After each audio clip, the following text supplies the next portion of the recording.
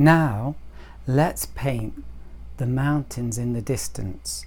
So this is going to be mostly blue, a cool colour, which will give a feeling of distance.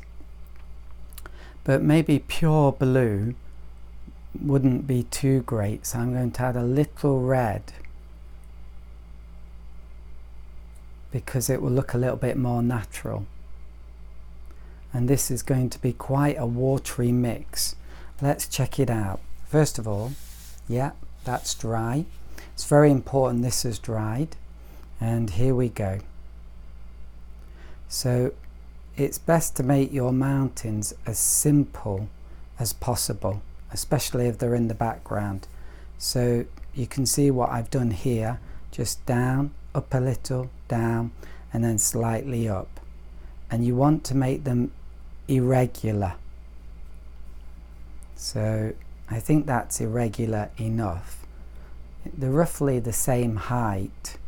This goes up a little bit higher, and you want something like that. You don't want it to look too similar, too symmetrical. You certainly don't want it to look like the letter M. Okay, so the bottom of it we want to be soft and white. So what we do is we wash out the brush, dry it on the rag a little, and then we're going to go up below the line.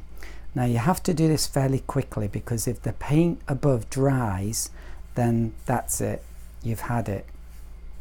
So don't leave it too long, and have to be careful that your brush is not too wet, because if this is wet and it's wetter than this paint, then you're going to get an ugly mark. So when you dab it on the cloth, you don't want it to be totally dry, but it needs to be maybe 90%. There, and you can see I got a slight line there because it was too wet.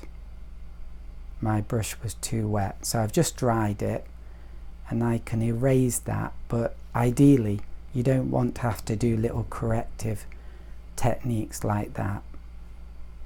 But it's all a learning experience. Okay, there we go. Now let's leave that to dry.